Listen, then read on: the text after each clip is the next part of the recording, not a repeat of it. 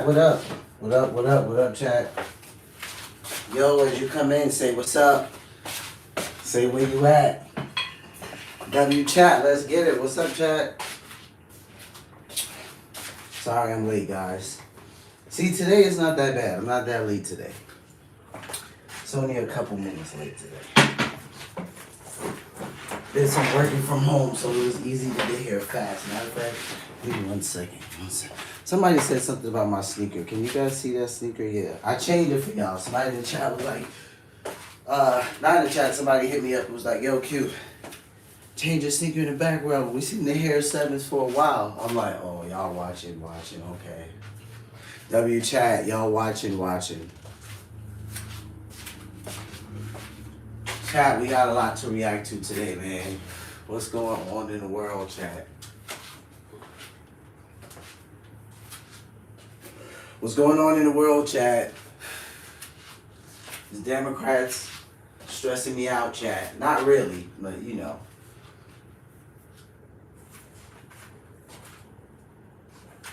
Say what's up. Say where you at. W chat, where you at?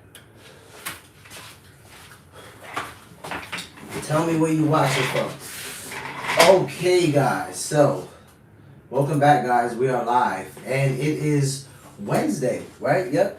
February 19th. I was going to say December, like, where am I at, right? Okay, so we got a lot to react to. From Mayor Eric Adams of New York being in hot water because people seem to think he has made a deal with the devil. Kevin O'Leary was on CNN and he gave his opinion of DOGE isn't wacking enough. So Kevin O'Leary actually wants to see more happen. I think one of the phrases I saw online was keep the barbecue going. I was like, classic Kevin O'Leary. Classic Mr. Wonderful, right? They are also breaking down Donald Trump's case, kind of. More so talking about the judge who actually gave Elon the access that a lot of, I would say, leftists were super afraid of.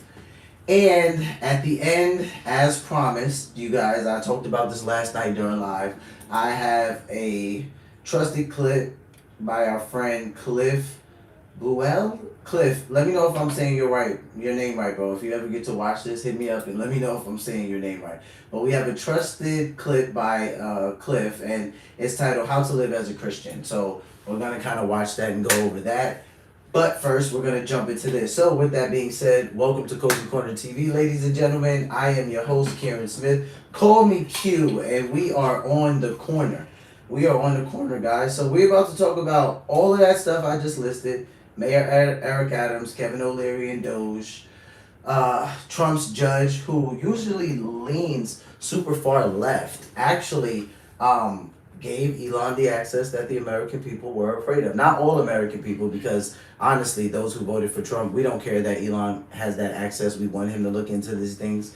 But other people, not very happy. And it was a surprising judge that actually did it. So we're going to go over the judge that actually gave Elon Musk this access. I was just excited about this headline because I knew people were going to go nuts, especially the Democrats.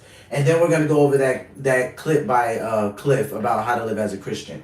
So let's jump into this one first. CBS News New York. Mayor Eric Adams should resign, says Representative Nydia Velazquez. The point full interview. So this particular representative has actually been a representative for over 30 years. So she's been in Congress a very long time, and she has some things to say about Mayor Eric Adams and his current behavior pertaining to President Donald Trump. Congresswoman Nydia Velazquez has served in Congress since 1993. So Congresswoman, you've been in Congress for over 30 years. Have you ever seen anything like what's transpired this past week between the Justice Department and Mayor Adams? Definitely no. And this is very concerning. Make sure For the DOJ to instruct the prosecutors who have all the evidence and who were ready to also subscribe, indict him what's in up, some Say what's other up? like obstruction of justice, instructing staff to destroy the documentation. This is very concerning. And what really bothers me is the fact. So I'm gonna run that back a little bit just because I was talking. As you guys come in, hit that like button, say what's up. Tell me where you're watching from. W chat. The chat is always going crazy. I appreciate you guys watching. Baxter's, what's up? Hello, how you doing? Thanks for stopping by. Let us know where you're watching from. Hit that like button, guys. So we're going over Mayor Eric Adams and why he should resign. This representative is talking about that he's made a deal with the devil. So I'm gonna run it back because I was talking. My fault, chat. The prosecutors who have all the evidence and who were ready. 30 years. Have you ever seen anything like what's transpired this past week between the Justice Department and Mayor Adams? Definitely no.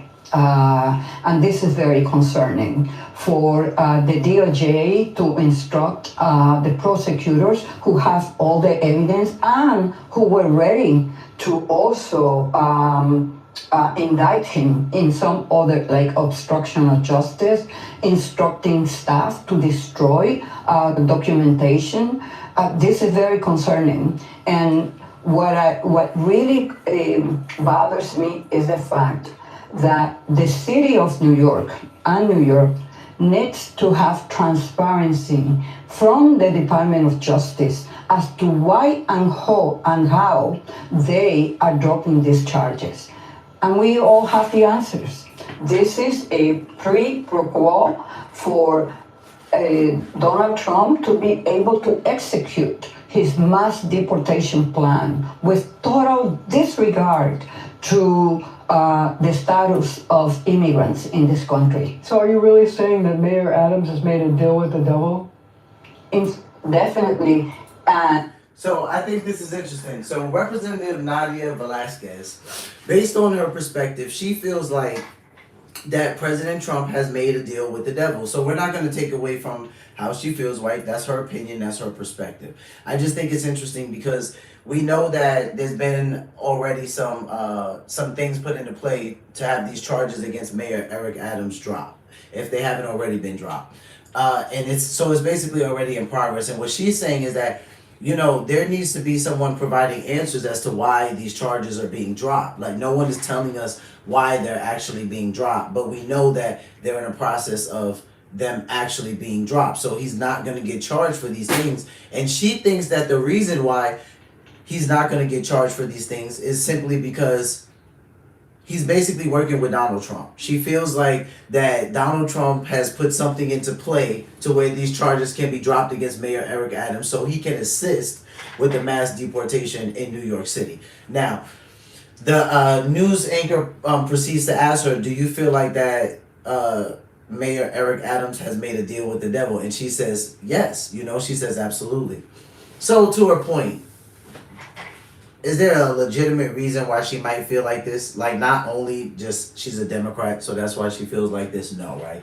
She probably has some legitimate reason. She probably has some family members or some loved ones she's concerned about, right, in New York City. I believe she's a representative of Queens and Brooklyn. So she might have some loved ones, long-standing friends that have been in the country, and maybe she's not too sure of their status. So that's why she's a little bit worried about the mass deportation taking place to begin with. Also, she can feel like it's immoral. Let's just be honest. There's a lot of people that feel like it's immoral. They feel like, okay, we get it that you want to get rid of the criminals, but don't bother the grandmas and grandpas and the wives that are just home not doing anything or bothering anyone or have never committed a crime before.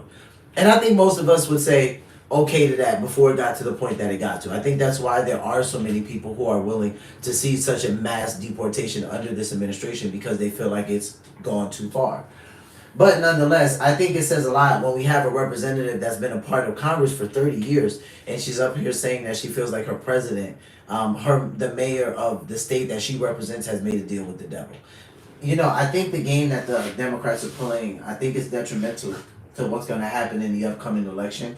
Perhaps they think that if they keep moving in this way, that, you know, if they keep screaming, Donald Trump said on day one that the groceries would go down, and they haven't gone down yet. So this is one of their driving factors right now. You know, they're saying that the reason why Trump is doing all of this stuff with Elon as if there hasn't been an executive order put in place for Elon to do what he's doing. But they're saying the reason why he's doing this is because it's kind of like a smokescreen, if you will, right? Kind of like Elon Musk is doing all of this stuff right here and it's driving not a lot of American people crazy, but particularly the leftists, right? If we're honest, some of the Democrats, most of the Democrats. And there could be something else going on over here that no one's even paying attention to. So a lot of people do think it's that. Other people think it's, Trump's way of trying to take over the government at some point. Needless to say, I think it's kind of ridiculous. I think it's so stinking divisive what the Democrats are doing, what they have been doing. And it worries me. It worries me the track that I see them on, because I'm honestly thinking to myself, now what person in their right mind is going to be willing to vote for them, actually watching how decisive they've been after this past election? It's shocking, honestly, a little bit. And they say, DOJ and Holman this morning in another station, that they will come back to make sure that he's complying with the agreement. So this is wielding too much power and leverage over the mayor of the city of New York. How could we, his constituents, trust Mayor Adams when he knows that that his life, his political life, depends on DOJ? So let me ask you something. Does this compromise his ability to run the city? Yes. First, the voters and the constituents of New York City, how could they trust a mayor that is politically so compromised? Wow. So how can you be sure that every decision he makes? So this is what I mean by being divisive. And this is, like I said, they're walking on shaky ground. I don't like what I see here. I don't like what I see. I'm not saying I don't like the entire Democratic Party, but I don't like what I see here. When she says, how can the people trust a mayor that's so compromised? She's like, how can you know for sure the decisions that he's making? And it's like, well, first of all, if you feel like your president is compromised in any way, shape, or form, you're a part of the government. See if there's any way you can talk to someone in this cabinet, if not him himself. But to go on, a national TV and say that, the people can't trust the mayor that's so compromised because you see his charges getting dropped and you can't fathom or understand why these charges against Mayor Eric Adams would be being dropped. It just because you think that this thing actually happened, it doesn't mean that there's not some evidence that he actually didn't do it. Like, the Democrats aren't taking time to think like, hey, maybe this is actually legitimate. Am I saying that there's no way that something could come out later? No, I'm not saying that. Yo, W chat, say what's up in the chat. I'm not saying that at all. But what I am saying is that I think that she's walking on shaky ground the way that she's handling it. She's calling her mayor compromising, and it's not just any mayor, it's the mayor of the state that she represents. And then she's saying that her mayor made a deal with the devil, and the devil that she's referencing is President Trump. I just think it's a nasty game that the Democrats are playing. It's based on the interest of the people of New York. I can't. So what do you think should happen? He should step down. He's compromised. The people are not trusting him, and he should go. And what really bothers me is he claims that this was politically motivated because he criticized the president, Joe Biden. Right. And he was asking for federal funds. But you know what happened yesterday? What? Elon Musk and Trump, they grabbed $80 million that were appropriated to New York City. And so where is Mayor Adams criticizing Elon Musk and Donald Trump for for taking this money that belongs to the people of New York. Well, you bring up Elon Musk and you bring up the push by the president to have more efficiency in government. How do you feel about that? Do you think it's overreaching, or do you think that it plays to the American people's belief that government is too expensive? Well, first, this is illegal, what they're doing. Is By the way, what she said, there is no proof that Donald Trump and Elon Musk actually took any money. She's saying that they took appropriated funds. Well, that's part of the plan. That's part of what Elon is there for, to look at funds that were allegedly appropriated, and if they actually went to the right thing, or if they went to something that was wasteful or something that was fraudulent. So what she's saying is actually, it's not even an alleged. She's just using the wrong verbiage to get her point across, and this is exactly what I've been talking about. infringing in the power of Congress to authorize and appropriate funding for programs that we design. Two, how could you walk into an office and an agency and out of the blue say that we're going to take away X amount of money without making any assessment as to whether or not those programs are complying with the policies that we enacted, and with total disregard. This is basically targeting those agencies where they feel that they're using this as a way to punish agencies and people. I know that you protested at the Department of Education, and it's sort of interesting to me because during the campaign there was a document called Plan 2025, which called for the elimination of the Department of Education. And during the campaign, the president said Plan 2025 is never going to happen, and now they want to eliminate the Department of Education. Is the Department of Education needed in this country, or is it? So to the news anchor's point, when she's saying that during the rallies when President Trump was still running, and it was him and Kamala, that he said that Project 2025 would never happen. But President Trump didn't exactly say it would never happen. He did say that he didn't have anything to do with it, and he did say he didn't know what it was. I think where a lot of the argument is coming from, as far as the Democrats and the left, is, well, if you didn't know what it was and you didn't have anything to do with it, why are we seeing some of the results of it manifesting? Like, some people actually read Project 2025 because they were freaked out about it. So there were a couple of people at my job that actually read a good portion of it, and some actually all of it, and they were pretty freaked out about it. So when they see the Department of Education and all of these departments getting, basically closed down or tossed, they're like, well, this is part of Project 2025, and we said that this was going to happen, and President Trump was lying to the people. So to the news anchor's point, that's where she's coming from. Is it extraneous, in your opinion? No, it is needed. If it wasn't for public education and to have a Department of Education that have focused on underserved communities and low-income communities, I would not be here sitting in front of you as a member of Congress. I come from a very poor family, 9 children, growing up in Puerto Rico, and my father was a sugarcane worker, and here I am. Public education opened the door for me to be the first Puerto Rican woman ever to sit in the United States of Congress. And that is the opportunity that we owed every child in this country. You know how much money New York State is going to lose if this is just from Title I, $1.5 billion every year. Wow. Every year.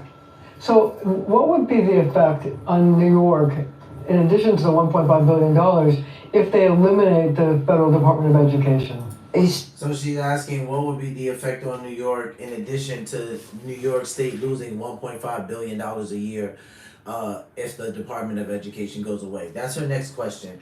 To her point though, we're not gonna take away from her experience. She says if it wasn't for public education, she wouldn't have become the first Puerto Rican congresswoman to sit on Congress. So we're not gonna take that from her.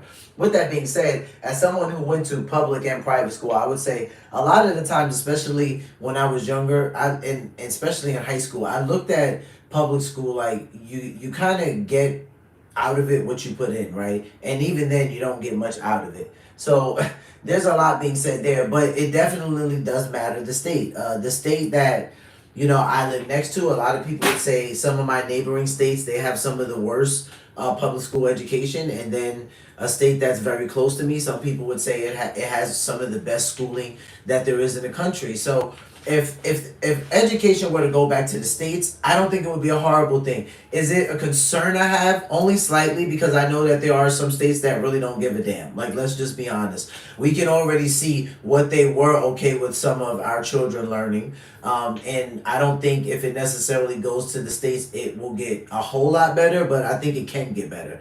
Some of it can, because some of the legislation that was pushed, it was pushed in order so things could be taught in specifically public schools. You can't really push that type of stuff in a private school where it's funded by individual people and shareholders and things like that. So I think that it was interesting, to her point where she says if it wasn't for public school, I would have never became the first sitting Puerto Rican woman in Congress. I think that that's an important thing. And I also think that every individual's child experience is not the same. There have been some people who have been in public school and they felt like it did them a disservice, actually. And there are some people who are extremely grateful for it. So with every system, you have the good, the bad, the ugly, the truth, the lie, the in between, right? So we're not going to take away from her experience, but again, this is about cost cutting. So if Donald Trump and Elon Musk are even looking at shutting down the Department of Education, is not because they want people in America to be stupid or they don't care about the children in America or if they're going to learn. It's more about cost cutting. What's up in the chat? Tell me where you watching from. Say what's up. Hit the like button, chat. W chat. It's going to be, with manpower, the teachers, they will be fired. Teachers will be fired? Well, in the sense that if we don't have that type of money, so people will have to be let go. And so how will we educate the kids? Well, that's a good question. Look, you asked me a question before and you say, well, how do you answer the people that say that the government is bloated, right? And the same question was posed when people were campaigning against what they call Obamacare, until they discovered that the healthcare card that they have in their wallet was Obamacare, and that it played an important function in making sure that in the richest country in the world, people have the ability to access healthcare. And the same with public education. But it's not only public education, it's undermining and gutting a lot of agencies, Small Business Administration, EPA, so many.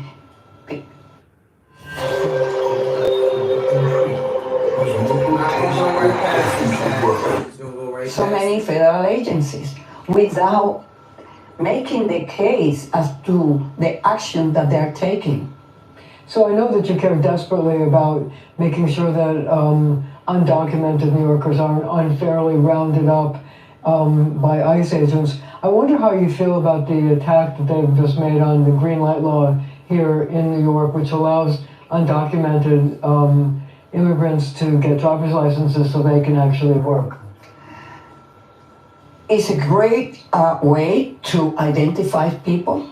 I thought the way that she answered this was extremely smart. When the news anchor says, what do you think about the green law that was attacked that allows people that come into this country to get driver's licenses to drive? And she says it's a great way to identify people. I think that was a strategic answer, because with everything going on with Mayor Eric Adams and Donald Trump, she's probably like, I don't want to seem like I'm totally against the wrong type of people leaving America, or people even having voter ID or ID period. So I thought her answer was very strategic. But the thing about it is that program, what we should know is that it was a fast track program. So it's not like most programs in America, or at least most states, where you might start out in a driver's ed program, and then you kind of go through that lessons, and then you get on the road with an instructor, and then you kind of go through the DMV and you get your license. Each state is very subjective on how this happens, but there's a process. When the immigrants were coming into the country, the program that they had set up for them, it was more like a fast track way of getting licenses. And you can literally fact check this, but the amount of traffic accidents in numerous amounts of states were like skyrocketing, and the people were complaining. They were saying like they're giving them driver's licenses too fast. Like, we're seeing an influx of car accidents. Like, people are really getting hurt, and it wasn't just like on the road or on the highways. Like, this was also like on the streets, like in neighborhoods. So that whole fast track program, she's going to say two other answers as to why she thinks it's a good program, but I think she totally avoids when the news anchor asks her, what do you think about it being attacked? I probably would have said something like, if it was attacked, I think the people had a right and a reason to do it, and it was probably because there were people getting hurt. There were people losing their lives. There were people who were having their property damaged. So it makes total sense why the American people would want to attack something like that. But Representative Nydia Velazquez seems to kind of avoid this question. She answers it slightly, but in a way where she feels comfortable answering it. Let's just say it like that. It's a great way to get people out of the shadow and be able to join the workforce and to go to hospitals and to schools and so on. But imagine when we talk about, and I said this to you before, this is a distraction. Everything that you're seeing now coming out of the Trump administration is to create this type of anxiety, is to get people to talk only about the actions that they're taking so that people are distracted from the real issues. And the real issues are? Inflation. Donald Trump made a commitment to the American people that on day one, he will drop prices down, that he will lower inflation. And here we are, the stats and the numbers came out yesterday. Inflation is on the rise, and all these actions that are happening, firing people, hundreds of thousands of people from the federal government, deporting over 1 million people a year. What do you think that is going to do to our economy? Prices are going to go up because the farmers will not have the workforce to be able to work in the farms. We'll have to leave it right there for now, but our conversation... So I think that, she's trying her best to make some decent points, but I think she's struggling there because you can tell that... Sorry about that, chat. Come on, man, L video. But I think we can tell that she's struggling a little bit there to answer it because, she goes to the people here that their status might be in question. Why get rid of the illegal immigrants? Like, it's going to cause prices to go up. Donald Trump said on day one that he would bring inflation down, which I'm really kind of getting sick of hearing the Democratic Party say that.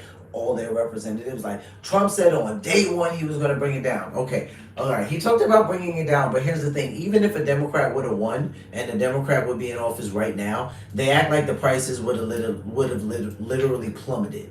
If that were the case, it could have happened under our last Democratic administration. So are we really kidding ourselves? And even if the president can sign an executive order of something starting day one, which we did see him do, we still know that there's somewhat of a process to that, right? Like, even if it was going to take place like really soon and it didn't have to necessarily go through a vote, it still wouldn't happen right there at that moment of his signing. So the fact that they keep saying things like, well, where is it at? You know, prices are this, and that's the one thing he promised on day one. And it's like, dude, President Trump has over a 60% approval rating. Like, regardless of what you guys are talking about, he's doing what he said he would do because the American people asked him to do this stuff.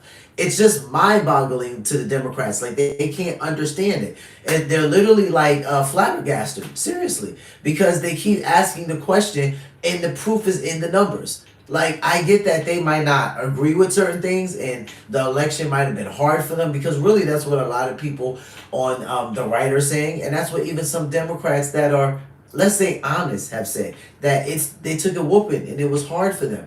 But the fact that they keep harping on this inflation, groceries aren't down day one, it's like they're so hypocritical about it, because number one, at the DNC, we did not hear Kamala Harris or any of her constituents really talking about groceries, bread, and eggs. I mean, did they say maybe one thing? I think I watched it, but I don't remember them talking about it as much as I remember Donald Trump talking about bacon and eggs, and JD giving his speech about the family he met that can't have their steak on Friday night. So, I mean, when I see the Democrats talking like this, I'm like, dude, you guys are fooling yourselves. So, speaking of our somewhat hyper leftist friends, because we love people over here, right? We're gonna jump over to CNN, where Kevin O'Leary, aka Mr. Wonderful, he says Doge isn't whacking enough with cuts. Now, this is not surprising to me coming from Kevin O'Leary. If you are familiar with Kevin O'Leary, not just from Shark Tank, but some of his business endeavors and some things he's done on television, you know that the guy doesn't like debt, right? He's talked about it in documentaries and in other stories that he's given and in interviews. Not just him, but also people like Bill O'Reilly have said things like, you know, what Trump and Elon Musk are doing, President Trump and Elon Musk are doing, it's vital. If they don't do it and America stays on the trajectory it is currently on, we're not going to make it. Like, everyone's going to fumble. It's not going to be just, oh, the poor people are going to get ran over. No. If America stays on the spending trajectory and the wasteful trajectory that it is currently on, none of us are going to make it. So you have people like Jordan Peterson has said something to the effect of it. I'll find it for you guys and we'll talk about it probably on the live tomorrow or the next day. But I'll try to find that. Bill O'Reilly has said something to this effect. You've had so many people come out that may not be far right or hyper conservatives, but they can see that what's being done is necessary. So they're even asking the question, you know, who would fight this? Why would someone refute this? Why would anyone be against this? If we stay on the trajectory that we're on, we're doomed. And it's not just a certain group of people, it's all of us. So we're going to talk about this a little bit after we watch this clip here with our trusted friends from CNN. I think there's some great questions being asked. I want you guys to listen in. I'm going to turn the volume up a little bit. And I want you guys to just pay attention to like some of the questions that are being asked. Mainly how our buddy over here answers, and then you're also going to see a slight dispute, because someone thinks on the panel that no one should be fired from a certain department. So let's take a look. And to this person's defense, they feel like no one should be fired because of certain current events. Let's just say that. Isn't there already a shortage at the FAA? Why do this now, especially considering what's happened in the States, and now, of course, you have this other incident and a few others? Yeah, well, this one happened in Canada, but yes. I can only tell you what the Secretary of Transportation says. There are 45,000 employees at the FAA. We're talking about fewer than 400 people, and he says 0 air traffic controllers and critical safety personnel were let go. So that's true. I don't really have a problem with it, to be honest with you. I do like the idea of keeping the people who are in the direct chain of command of safety and the air traffic control system and so on and so forth. But I have a hard time believing that there is a single government agency that doesn't have a bloat of... Yo, it's like, look at my man's face right here. He just looks like he wants to punch Scott Jennings in the face, doesn't he? Like, his face, he does not look happy right now. That doesn't have a bloat of administrative personnel that we could probably do without. And I think that's why a lot of voters are happy that Donald Trump and Elon Musk are finally going through the federal government and trying to take out some of this bureaucracy that we probably just don't need. So I'm reading to you what Sean Duffy says. He's the Secretary of the Transportation. I have no reason to doubt his numbers. Karen, when you hear this, I mean, look, Americans are concerned about bloat in the federal government. They have been for a very long time. What do you make of how it's been meted out? So Scott Jennings, he's focused on the job getting done. He says, I don't really have a problem with that if the job gets done. He's not saying he doesn't, I don't care if people lose their jobs and they can't eat. Like, no one's saying that. So we shouldn't put words in someone's mouth. But he's saying if Trump delivers, if Trump and Elon do what they actually say they're going to do and they get America off this trajectory, then no, I don't have an issue, with them taking this route and people losing their jobs, because we're more than likely, if not more than likely for sure, cutting away fat that we really don't need. It's excess. What's up, chat? Chat, say what's up. Say where you watching from. The concern that and I think a lot of Americans have, we can all agree there's bloat. We can all agree that we need to deal with that. At the same time, what we're seeing is speed for the sake of creating momentum, to create a sense of things are happening. At the same time, look what happened Friday. We had nuclear scientists fired, and then they said, oops, we need those people because they have a technical skill that nobody else has. So the problem that I have with the way they're doing it is, and I went to the DOGE website to see if they would say anything about, look, we are conducting this process to make sure we don't harm American safety. So to Karen Finney's point, she's saying that, DOGE is doing all of these cutbacks.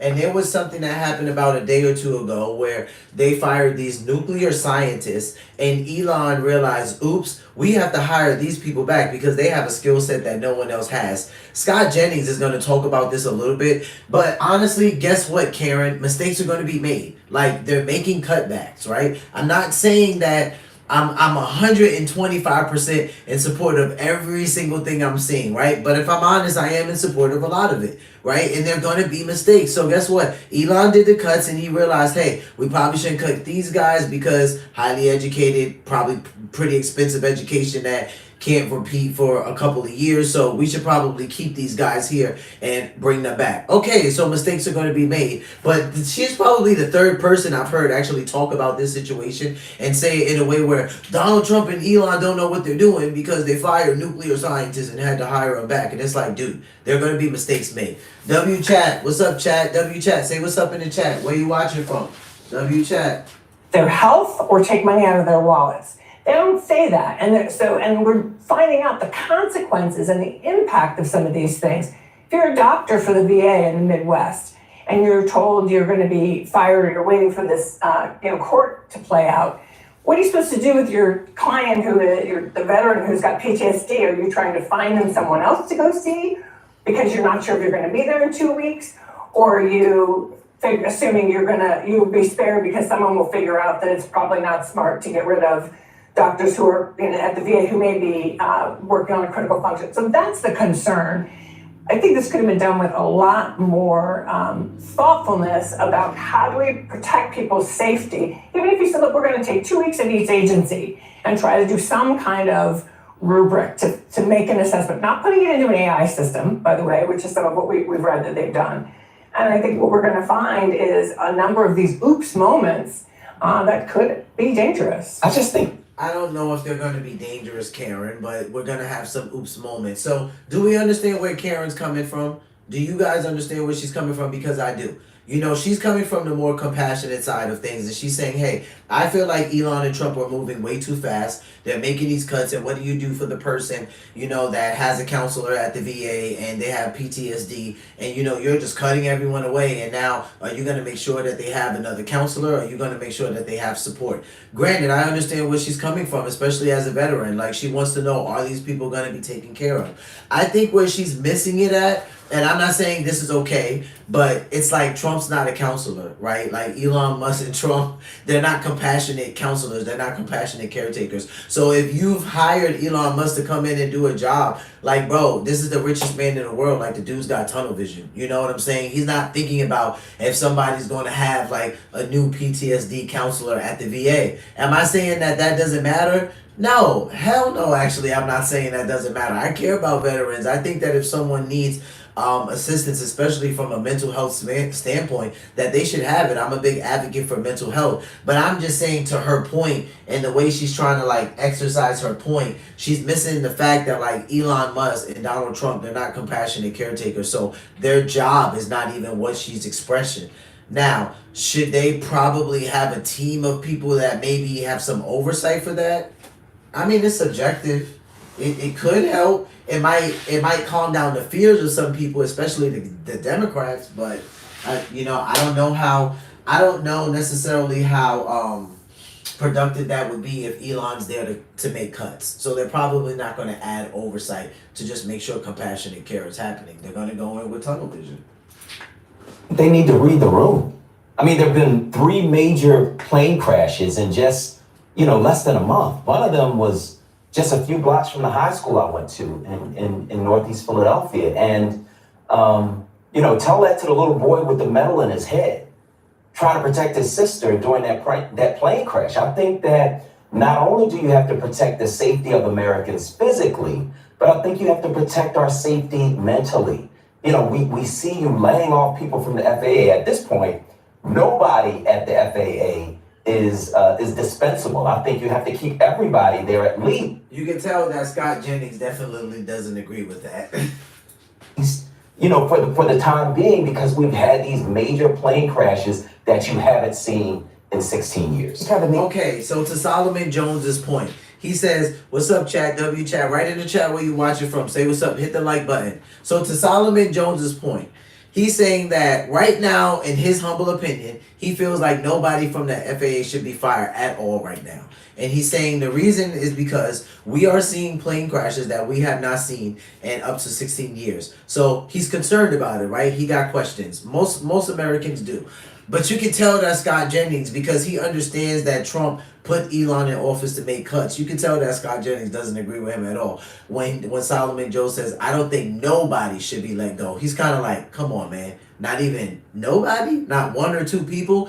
Let's just admit, the federal government, it has excess fat. It does. And it's hard for some people, especially on the left, Democrats, to accept this. I'm not saying that they should be in support of everything. They're not going to be. That's why they're Democrats and that's why they're Republicans. Like, we always see them feuding. But at the end of the day, I keep saying this. No one, even if you don't like your football coach, no one wishes for him to break his ankle. That's ridiculous if you want to win the championship. But this is what we see the Democrats doing to their own president. The optics of this is what you're referring to. I think the issue is they're not whacking enough. There's this concept in private equity, when you get a bankrupt company and you go in there, you cut 20% more than your initial read. And then you find like a pool of mercury, the organization gels back together again. Always cut deeper, harder when there's fat and waste. The FAA, it's not the people. The code is cobalt. It's from the 60s. It needs CapEx put into it for the technology to be upgraded to make it safer. Fat, like a chicken. All of these agencies are like big fat chickens dripping over barbecues of fat. This is the best barbecue I've ever seen, but I don't think it's happening fast enough. They're not cutting enough. Keep slashing, keep hacking while you have a 24-month mandate before the midterms. Cut. More cutting. Believe me, it's going to work out just great. Everybody should be happy with the nuclear vote. Now, this is Mr. Wonderful speaking. I'm going to go back just a little bit because then she asks a question. But this is Kevin O'Leary speaking, and he's like, cut. And he starts off with how when a company inherits another company, if they're doing cuts, they usually cut 20% deeper, right? So he's like, when you have excess fat, you always cut deeper and you always cut more. So he's saying that I think that they should be doing more of what they're doing. He's like, cut. And he's going to get into it where she's going to start asking some questions, this lady over here, and you're going to see him kind of answer in a very nonchalant way where he's just kind of like, yeah, cut it, like cut everything. And he's saying that because as a businessman, this is a very successful businessman, just like who? Just like Elon Musk. Like, so what would have been the difference if Donald Trump would have put Elon Musk over Doge and if he would have put Kevin O'Leary over Doge? There really wouldn't have been much of a difference. I mean, Elon Musk has more money than Kevin O'Leary, but there really wouldn't have been much of a difference. He would have put these type of people in place to do cost cutting plans. So this is all a part of the plan. But I just thought it was interesting because you don't see a lot of people talking this way. If you do, they are definitely, I would say, as far as I've seen, more right leaning conservative, but not the way that Mr. Wonderful has said it. I mean, he's like, you cut deeper, you cut harder, you take 20% even more than what you're going to start with. So Kevin O'Leary is like, listen, I think this is the best barbecue that I have ever seen, because he calls all of these government agencies fat chickens. He's like, all of this is excess fat. So again, I asked, what would have been a difference if Trump would have put Elon over Doge and if he would have put Kevin O'Leary over Doge? There really wouldn't have been any difference. He would have put these type of people in position to do cost-cutting plans. So he's going to go even ham on how much he wants to see cut, but just watch some of the questions that she asked over here. The nuclear codes, cut them too. Cut everything. Because if you don't see what they're doing and they can't show you that they're adding value, you whack. But it's not clear that they're even asking people to show us what you're, again, this was a story Friday, and literally Elon said. And I think he makes a great point. Right? He says, cut it, like she asked, even the people with like nuclear codes, the nuclear scientists, and Kevin O'Leary's like, cut everything. Like, he doesn't care, because at the end of the day, he's like, it's going to be better. Like, people are going to see that this is going to work out better. But he has this vision that I think Elon and Trump have together of all of these cuts and getting rid of everything. I think a man like Kevin O'Leary and his stature and how he is with money, I think he totally understands the track that these guys are on. So that's why he's like, cut everything. He's like, people are going to be so much happier and it's going to work out better. But right now, people are in the moment. So all they see is a lot of their beloved departments and agencies getting taken away. They're not paying attention to what their pockets or bank accounts or life might look like a couple of years from now, which it actually might look better. I'm not saying it looks better right now, but the man hasn't even been in office that long. Said, oops, we gotta rehire them because nobody knows how to do what these people know how to do. Yeah, the nuclear thing. Okay, gets around once in a while. Big deal. So what? I agree with that. 10% of the time. It's okay. I actually think it's okay if they run into a stumble here or there, because the project is so massive. The need to cut is so massive. The government is so massive. It's inconceivable that you wouldn't make a mistake here or there. But I think that's acceptable if the greater goal is achieved, which is a smaller government, more efficient government. Even if someone dies, or even if someone, because Are you alleging that someone has died from this? we don't know. I'm talking about when the rubber meets the road. I'm talking about. Oh my God, that's hilarious. Let me run that back, guys. I like the way Scott Jennings put that. It's okay if they run into a stumble here or there, because the project is so massive. The need to cut is so massive. The government is so massive. It's inconceivable that you wouldn't make a mistake here or there. But I think that's acceptable if the greater goal is achieved, which is a smaller government, more efficient government. Even if someone dies, or even if. So see, this is what I'm saying. Look how far to the left she goes. Like, he's just talking about, I think that it's okay if there's a couple of mistakes that are made here or there, you know, as long as the greater goal is achieved. You know, he's saying that there might be a couple of stumbling blocks, but as long as President Trump and Elon are doing what they're saying and they're actually achieving a smaller government, a more efficient government, that he's okay with that. And like, she goes all the way to the left. He didn't, like, no one's talking about guns or violence or nothing. She's like, even if someone dies? And it's like, come on, so drastic. So that's why Scott Jennings said, are you proposing that someone has died from this, right? Because he's like, we're totally unaware of that. Someone, Are you alleging that someone has died from this? We don't know. I'm talking about when the rubber meets the road. I'm talking about, for example, Kansas City, 30,000 government employees might be laid off. It will destroy the economy of Kansas City. That's okay. Why do you say that? Because I'm reading what the individuals from Kansas City have been saying, that they're very concerned. What do you think they're going to say when they're going to get Of whacked? course they're going to say that, but my point is, do we think that's smart? To let an American city just go under? How many American cities need a massively oversized federal government to stay afloat? I mean, isn't that said more about the city than the government? But when did we get to the point where presidents are measuring themselves by how many people they put out of work instead of how many people they get jobs a moment too soon. See, and this is where Solomon Jones is wrong. I would say not a little bit. He's wrong. President Trump is not measuring his success by the amount of people he puts out of work and not the amount of jobs he created. As a matter of fact, I just watched a press conference from him, not just yesterday, the day before, and a couple hours ago, where he keeps talking about jobs, jobs, jobs. So Solomon Jones is completely off there. But I just think it's so funny to watch the way that they're going through this, because we have one news anchor saying even if someone dies, we don't know when the rubber meets the road. And you can see that Scott Jennings is just trying to show, like, listen, people, you guys are not being logical here. Like, Trump put Elon in place to do this because the trajectory that America is on spending wise, like, we're not going to make it. It's not like the rich are going to make it and the poor are not going to make it. Like, no one's going to make it. Like, we're not going to be able to pay our bills. And as Bill O'Reilly says, that will send shockwaves throughout the world. So I think some of these guys just have to really wake up and stop taking certain things personal. I mean, Kevin O'Leary makes a great point when he says, what do you think some of these people are going to say when they're getting whacked? And I mean, like, I love Kevin O'Leary for that, because he's just being blunt.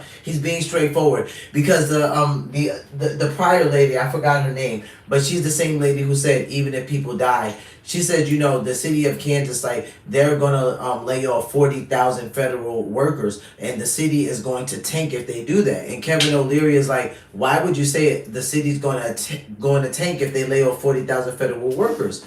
And I think her answer is interesting. She goes, because I'm listening to what some of the people of Kansas City are saying, and I'm like, oh, so no statistics, right? Like, no facts. Like, you're just listening to who exactly? Your friends on the left, like some of your Democrat friends that are telling you we're going to lose our job. And that's why Kevin O'Leary chimes in and he's like, well, what do you think they're going to say when they're getting whacked? Like, he doesn't care. Like, he's a businessman. He's smart. And this is why time and time again I've said it. It's like Donald Trump could have put Elon in charge of Doge, Kevin O'Leary in charge of Doge. It wouldn't have mattered. Anyone who has any type of financial literacy would have done exactly what Elon is doing. Yeah, Not a moment this is too crazy. soon. This is The absolutely government and if only ever they're gets big bigger, fat never chickens, smaller. hopefully they lay some eggs and maybe then we can afford it. This strikes me as something that was done just for the sake of doing. And I think it was a tone deaf move. It wasn't a big enough cut to do anything. It was a completely This guy's name is Michael Moore. tone deaf move. I mean, I find people are always interested in efficiency as long as it doesn't affect them. And it's strange to me that we've got enough people to go and ride around the racetrack behind the presidential limousine and such, and to guard 3 residences, and we're never cutting people from there. But to come now and make sort of a tone deaf move to cut the FAA is again, this is an image thing, and then we will be seen as doing something. So Scott, so that gentleman, Michael Moore, he's actually he's not a news anchor. He's actually an analyst, and he's actually a former U.S. attorney. So I think it's interesting because basically his take on it is that why isn't Trump cutting people from his cabinet? You know, why isn't he cutting people from the White House? But to come and make a tone deaf move, and that's because Solomon Jones said earlier in the video, he said, I think that Trump needs to read the room. Because of all of these plane crashes, no one from this department should even be laid off at all. So Michael Moore chimes in and he says, you know, it's a tone deaf move, piggybacking off of Solomon, saying that, you know, he won't fire people from his cabinet, and he has people, you know, that goes down, you know, the street of the White House, and they have brigades behind them, and he won't fire any of those people, but he'll come and make a tone deaf move and fire people. And I'm just thinking to myself, like, dude, you guys clearly aren't paying attention. We talked about the compassionate part already, but this is why I'm worried about the Democratic Party. I'm worried about the way that the leftists are describing Donald Trump and what he's doing, because and regardless to who they put out when 2028 elections come, I just don't think that they have a chance.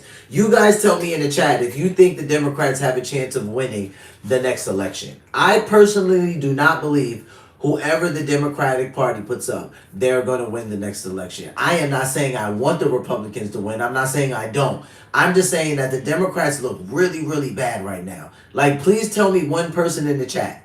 One person in the chat, like W-Chat. I mess with the chat because the chat's always going crazy. But please tell me one person in the chat. Who can the Democrats put up that literally can win an election? And don't say Hakeem Jeffries, because you just might as well exit out of the chat. That's not true. So we're going to jump to this next story where we have CBS News Evening breaking down, one, the judge that actually grants Elon Musk the access that many leftist Americans and Democrats were afraid of. They did not want Elon Musk to get access to highly sensitive documentation. I get this because being in the military, I've had a security clearance before. So usually if you don't have a security clearance, they don't want you looking at stuff, man. You're not allowed to look at that stuff. If you don't have a security clearance, there's certain places you can't even go. So I can understand to an extent why the Democrats are losing it and why they don't like it. Nonetheless, by executive order, Elon Musk was appointed to do a certain job. And because he was appointed by executive order, I mean, the judge could have knocked it down and Trump could have went higher than her and it probably wouldn't have been knocked down. Because people who actually understand the law know that Elon Musk doesn't need to go through the Senate or Congress, that the executive order putting him in place is enough, and that Donald Trump is not the first president to do something like this. He's not the first president to bring somebody into the White House who's not, let's say, I guess, a politician and actually live in the White House or do something in the White House that's very important for the president. Donald Trump isn't the first president to do this. So this is why we got to get up on our law and of the land and legislation, people. We got to understand this type of stuff so we're not confused. So they're breaking down why this leftist judge, she leans extremely left. This judge probably was the most harshest judge towards some of the January 6th rioters. This judge probably handed down one of the highest, if not the highest sentence for some of the January 6th rioters. You're going to hear the judge's name in a moment. I don't want to spoil it. But this judge actually gave some of the January 6th rioters 5 years. None of them got charged that high except for Dr. Simone Gold, and she wasn't even close to that. But we looked at her story yesterday on live when Jordan Peterson interviewed her. But she got 60 days for a misdemeanor, and she's never even had a criminal history. So that was troubling for me. And Jordan Peterson said it in a way where he said anyone listening, that should basically be troubling for us as well. And I think it should be, because no criminal background, no fines, never in trouble with the police. Only part she played in the protest was that she was giving a speech in the middle of the lobby. All she had was a couple of papers, and it's like, dude, she ended up on the FBI's most wanted list. They went crazy. So this judge was harsher than even her judge. She was sentencing January 6th rioters to 5 years, up to 5 years. She normally is very hard left-leaning. She usually scrutinizes Trump very, very harshly. She's not friendly with him at all, and she usually does not take his side, which is why I thought it was extremely interesting that she granted Elon Musk this access. I literally did. But I think that there's a reason why this happened. So let's check the story out.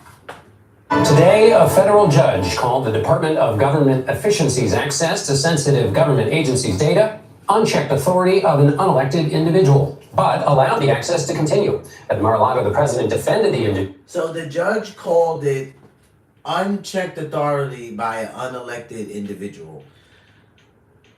She's talking about Elon Musk. This is what made me do research even deeper on this judge, because I knew of this judge because this judge mainly takes cases in the DC area. But because she said that, but still granted access, I was curious. Because I was like, so what was the point of your 2 cents? Right? Like, the way that this gentleman says it here. Of government efficiency's access to sensitive government agencies' data, unchecked authority of an unelected individual. Okay, unchecked authority by an unelected individual. That's what she called Elon Musk's task, DOGE. Unchecked authority by an unelected individual. Someone in the chat tell me, why would a judge say that? Like, why would a judge say something like that? And that's what made me look a little bit deeper into her. And then you see she's very left-leaning. She usually scrutinizes Trump. She's not friendly with Trump. She's not usually very friendly with many Republicans from what I can see. I don't see any Republican constituents, very many Democratic ones. And she's usually very harsh. She was very harsh towards the January 6th rioters. So I was like, why the change in heart? But most curious, what I was most curious about was the fact that she said it was unchecked authority by an unelected individual, but still granted the access. But why would a judge talk like that?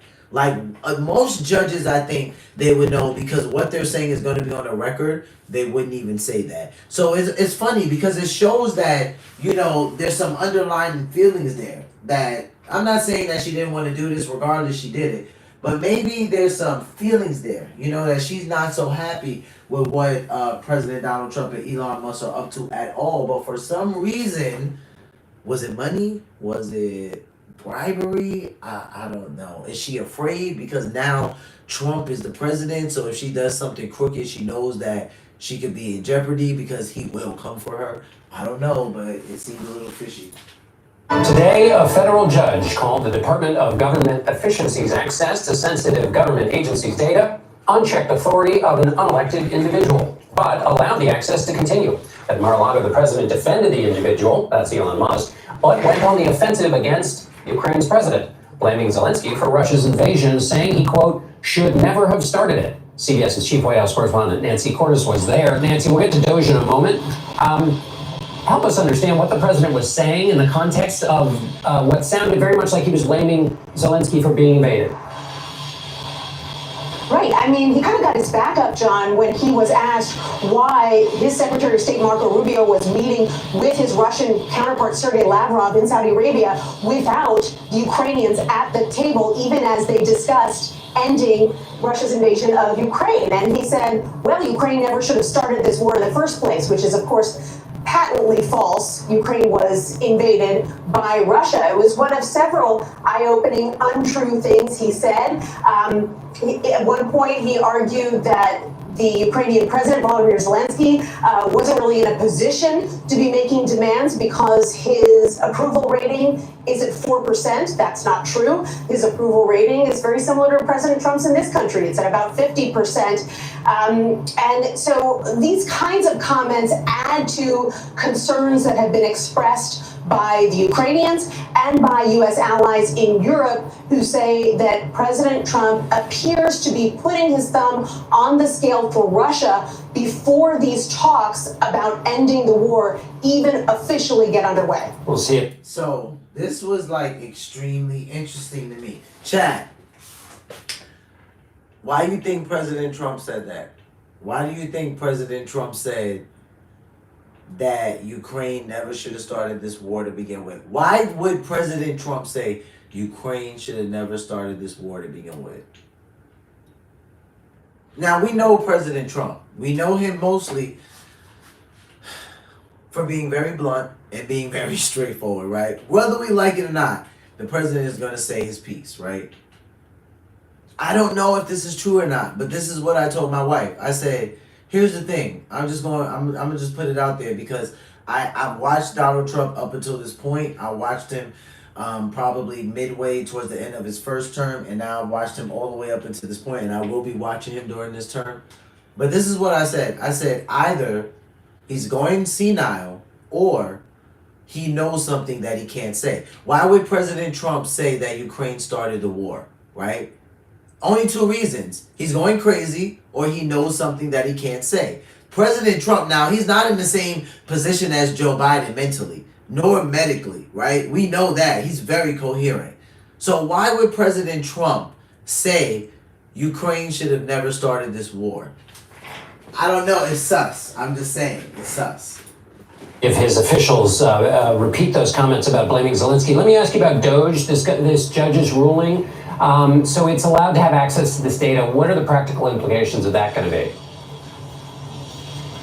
The implications are that this one particular federal judge, Tanya Chutkan, is not going to get in the way of Elon Musk and DOGE doing what they want to do, which is to gain access to various government computer systems and to identify more federal positions that can be eliminated. But there are plenty of other federal lawsuits out there, particularly having to do with these mass firings and with a refusal to pay some contractors. So those lawsuits will go on. Interestingly, John, Tanya Chutkan seemed to agree with the state AGs who brought this case that it appears that Elon Musk and DOGE have unprecedented, unchecked power within the federal government. She agreed that that's a concern, but she said that basically the state AGs hadn't provided enough evidence that there was irreparable harm that was about to take place that required her stepping in. So it almost seems as if she was telling them to just go back to the drawing board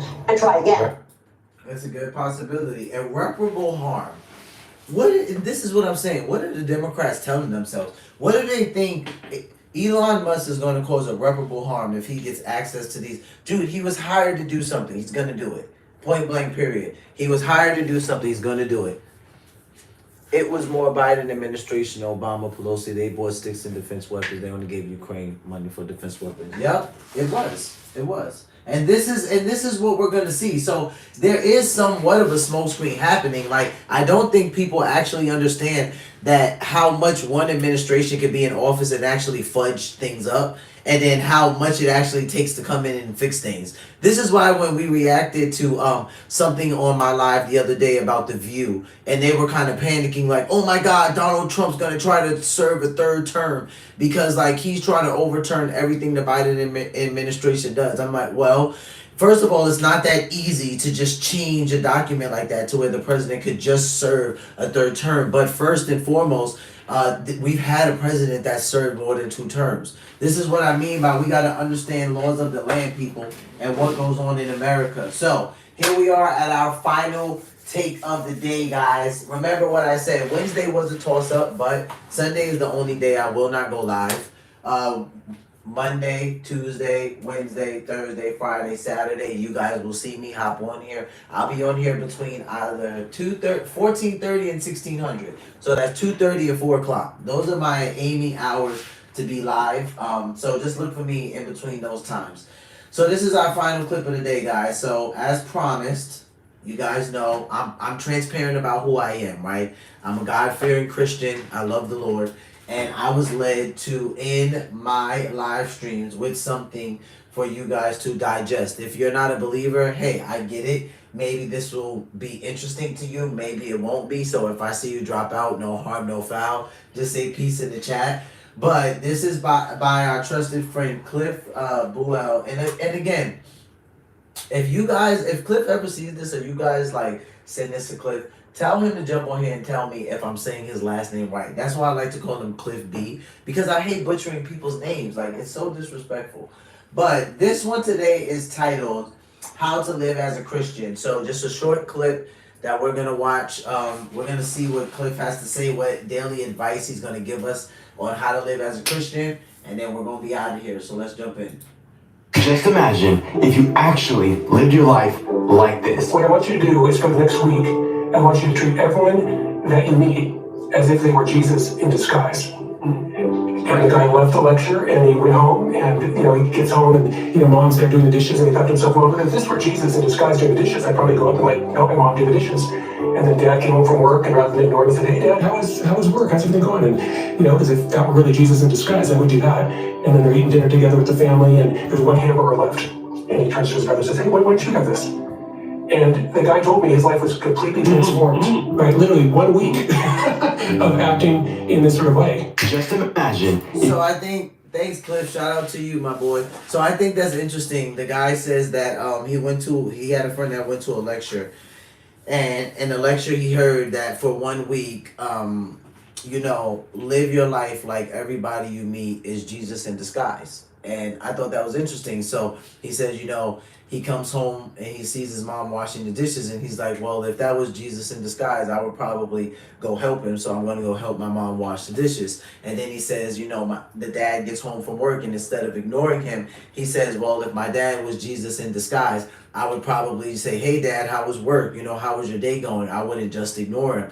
And if the family was sitting at a table eating dinner and there was one hamburger left, that the brother would look over at his brother and say, hey, why don't you have this hamburger? So living your life like every single person you encounter is Jesus in disguise. I thought that this was interesting. So as a Christian, I try to challenge myself often, whether it's like more Bible reading, more intimate time with God, more community. If I feel a lack of it, I'll call people that can check me or that can be my accountability partners in some way.